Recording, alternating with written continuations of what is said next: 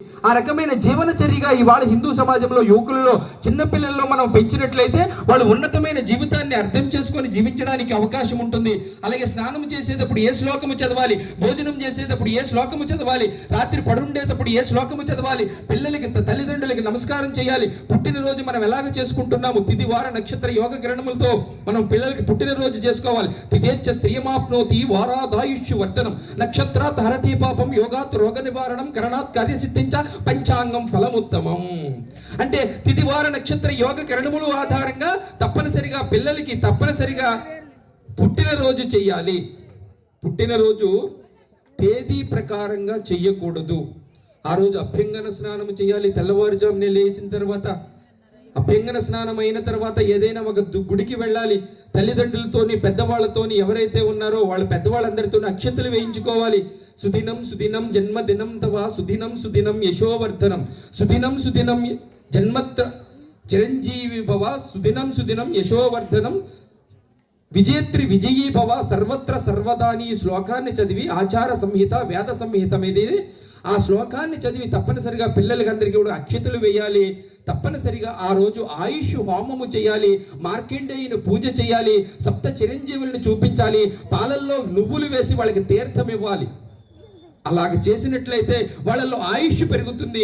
తప్పనిసరిగా మన పుట్టినరోజు అలాగ చేయాలి. మన పిల్లలకి భగవద్గీత చెప్పించాలి, భాగవతము చెప్పించాలి, రామాయణము చెప్పించాలి, మహాభారతము చెప్పించాలి, వాంగ్మయాలు చెప్పించాలి, యోగ వాసిష్టము చెప్పించాలి, వివేక చూడమని చెప్పించాలి, వేదాంతడిని చెప్పించాలి, అష్టావకర గీత చెప్పించాలి. మన సరాచర వాంగ్మయం ఏదైతే ఉన్నదో ఆ వాంగ్మయం అందరికీ కూడా చిన్నపిల్లల నుంచి చదివినట్లయితే వాళ్ళు ఉన్నతమైన జీవితాలను దగ్గరగా జీవించడానికి అవకాశం ఉంటుంది.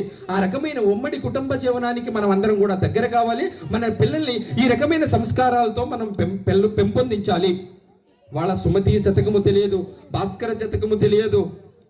చిన్నపిల్లలకి ఎవరికి కూడా తెలియదు. తన కోపమే తన శత్రువు, తన శాంతమే తనకు రక్ష. పిల్లలు ఎవరికి సంబంధం లేదు. ఇవాళ దాని తెలియని కారణంగా వాళ్ళల్లో మంచి వాచక తపస్సు లేదు, శారీరక తపస్సు లేదు, మానసిక తపస్సు లేదు. మన పిల్లలందరికీ కూడా ఈ రకమైన శతకాలను మనం పెంపొందించినట్లయితే చక్కగా జీవించడానికి అవకాశం ఉంటుంది. తప్పనిసరిగా మన పిల్లలకి ఆధ్యాత్మిక ఎంబీబీఎస్ చేయించాలి. ఆధ్యాత్మిక ఎంబీబీఎస్ ఏమిటి అనుకుంటున్నారా?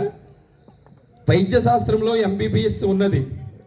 ఆధ్యాత్మిక శాస్త్రంలో ఎంబీబీఎస్ ఏమిటి? ఎం అంటే మహాభారతము, బి అంటే భగవద్గీత, బి అంటే భాగవతము, ఎస్ అంటే సంపూర్ణ రామాయణము. ఈ ఆధ్యాత్మిక ఎంబీబీఎస్ చేయించాలి మన పిల్లల్లో, మన కుటుంబంలో. ఈ ఆధ్యాత్మిక ఎంబీబీఎస్ ద్వారా అక్కడ ఆ కుటుంబము బాగుంటుంది, ఆ చుట్టుపక్కల ఉన్న వాడ బాగుంటుంది, బస్తీ బాగుంటుంది, వీధి బాగుంటుంది, వాళ్ళు ఉన్నతంగా జీవించడానికి బాగుంటుంది. తన సంస్కారంతో హిందూ సమాజం మొత్తాన్ని సంస్కరించడానికి అవకాశం ఉంటుంది. ఒక లక్ష్యాధీరితమైన జీవనాన్ని గడపడానికి, వాళ్ళ యొక్క ఉన్నతమైన జీవితానికి, వాళ్ళ యొక్క జీవనము బాగుండడానికి అవకాశం ఉంటుంది. తప్పనిసరిగా ఈ ఆధ్యాత్మిక ఎంబీబీఎస్ చేయించాలి మన కుటుంబంలో. మన పిల్లల్ని తప్పనిసరిగా వారానికి ఒక్కసారి గుడికి తీసుకొని వెళ్ళాలి. తప్పనిసరిగా ఆచార్య దేవోభవ, అతిథి దేవోభవ, మాతృదేవోభవ, పితృదేవోభవ ఈ సంస్కారాల్ని చెప్పాలి.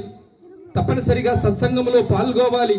ఎవరికైనా ఇలాంటి స్వామీజీలకు సాధూనాం దర్శనం పుణ్యం స్పర్శనం పాపనాశనం భాషణం కోటి తీర్థ ఫలితం చాలనం ముక్తిదాయకము ఇలాంటి స్వామీజీలకు ఎవరికైనా పాద నమస్కారం చేస్తూ ఉంటే వాళ్ళకి కఠినమైన బ్రహ్మచర్య దీక్ష పెరుగుతుందంట. సిద్ధాత్రేయ విభాగ యోగంలో దేవద్విజో గురు